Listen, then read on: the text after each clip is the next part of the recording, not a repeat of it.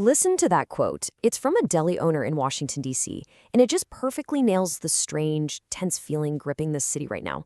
You've got this sense of order, but at the same time, a deep, deep unease. So what in the world is actually going on in the nation's capital? Well, today we're going to unpack this whole situation in this explainer. We're talking about the unprecedented federal takeover of Washington, D.C.'s local government. It's a move that's seriously testing the limits of presidential power. And frankly, it's making other cities across America wonder what might be coming for them. All right, let's get right into it. So first up, what does this federal control even look like on the ground? I mean, day to day on the streets. And let's be crystal clear about something. This is not a proposal. It's not a political threat being debated. This is the reality that's been unfolding since this past summer. Okay, so rewind to August 11th, 2025. That's the day the president used a pretty obscure law to effectively seize control of the city's Metropolitan Police Department. And get this, the paperwork was already on its way to Congress, while DC's own police chief was still trying to even get a meeting at the White House.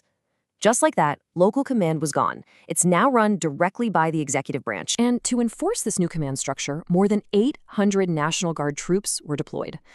But look, the number itself isn't the whole story. The real story is the authority they've been given. They have temporary detention authority, acting as, and this is a quote from the defense secretary, force multipliers for federal agents. So what's that mean? Well, it means they effectively have the power to arrest people, which is a massive expansion of their role for a domestic mission. All of this obviously leads to a huge question, one that I'm sure you're thinking right now. How is any of this even possible? Let's dig into the legal mechanics that made it all happen. It's a totally fair question. Normally, a president can't just decide to take over a city's police force. But Washington, D.C., well, it isn't a state. And that unique status is the absolute key to this entire situation. It all comes down to a law called the Home Rule Act of 1973. Now, ironically, this is the very law that gave D.C. its own local government. But there was a sort of backdoor built right into it, Section 740. It allows a president to declare an emergency and take direct control of the police for 30 days. After that, Congress can vote to extend it indefinitely with just a simple majority. And this just shows you how unusual the new power structure is. The president invokes the act. Then he gives overall authority to Attorney General Pam Bondi. She, in turn, appoints Terry Cole, the head of the Drug Enforcement Administration, the DEA, to run D.C.'s local police. So let that sink in for a second. The nation's top drug enforcement official is now the one calling the shots on patrol strategies in the Capitol, not a veteran of local law enforcement. But what about that old 1878 law, the Posse Comitatus Act? You know, the one that's supposed to stop the military from being used for domestic law enforcement? Well, here's the clever legal maneuver. Because D.C. isn't a state, the troops are deployed under state active duty status. And that specific status lets the administration sidestep those long-standing restrictions. So once that legal control was locked in, how did they use it? Well, the new command didn't waste any time. They immediately launched a very aggressive initiative, laid out in a controversial executive order that targets the city's homeless population. And this executive order is sweeping. It really represents a radical shift in policy. It's not just mandating the removal of encampments in D.C., it actually threatens to cut funding to any city in the country that allows what it calls urban camping. It also moves away from community support, prioritizing institutionalization through civil commitment, and, at the same time, it attacks harm reduction programs like needle exchanges, framing them not as healthcare, but as things that enable illegal activity. And just like that, you see how policy language becomes a human reality. This quote here from a homeless advocate, Alicia Waters, paints a pretty chilling picture of what happened next. People are being removed, but there's no clear public information about where they're being taken. So the crucial takeaway here is the reframing. The administration is justifying these extreme measures by labeling people experiencing homelessness not as citizens who need help, but as a security threat. They're using language like roving mobs and drugged-out maniacs.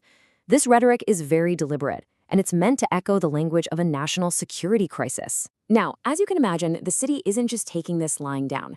So let's look at how local D.C. officials are fighting back against this federal takeover, both in the actual courts and in the court of public opinion. This was the administration's main justification. At the press conference announcing the takeover, the president presented this chart with this incredibly dramatic claim. The whole point was to paint a picture of a city in total collapse, to justify that emergency declaration. But here's the thing. That picture directly contradicts the data from DC's own police force. Their numbers showed that in the year right before the takeover, homicides were actually down 12%. Overall violent crime was down 26%, and carjackings, which was a huge talking point for critics, had absolutely plummeted by an astonishing 87%. So, based on that massive data discrepancy, DC's Attorney General is putting together a legal challenge.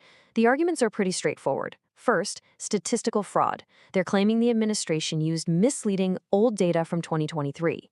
Second, misuse of the Home Rule Act, arguing there was no actual insurrection to justify invoking it. And third, Fourth Amendment violations, saying these temporary detentions by the National Guard are just unconstitutional. DC's Mayor Muriel Bowser is playing a more subtle game. While she's publicly complying to kind of avoid a total disaster, she uses moments like this to push back. By highlighting the 15 judicial vacancies that the federal government hasn't bothered to fill, she's basically implying that the administration is ignoring the city's real needs in favor of all this political theater. And this brings us to the final, and maybe the most important question of all. Is this really just about DC? Or is this a test run for a new model of federal intervention in other American cities? Well, the president's own words don't leave a lot of room for doubt. At that same press conference, he explicitly named New York and Chicago as having a problem, and then positioned the DC action as just the start. That was a very clear warning shot fired at other big Democrat-run cities. So how could this actually expand? It seems like the administration has two main pathways. The first is the heavy hitter, the Insurrection Act. It's a powerful old law that allows a president to deploy troops inside states to enforce federal law. The second path is a little more subtle. You might call it grant blackmail, basically using the power of the Department of Justice to withhold federal funding from cities that don't adopt these new aggressive policies. And this is where we're going to leave it, with this sobering thought from constitutional scholar Bruce Fein. The events in DC are forcing us to ask a really fundamental question. What happens to civil liberties when domestic problems get treated like military conflicts? That's the question that's now facing not just Washington, D.C., but potentially cities all across the country.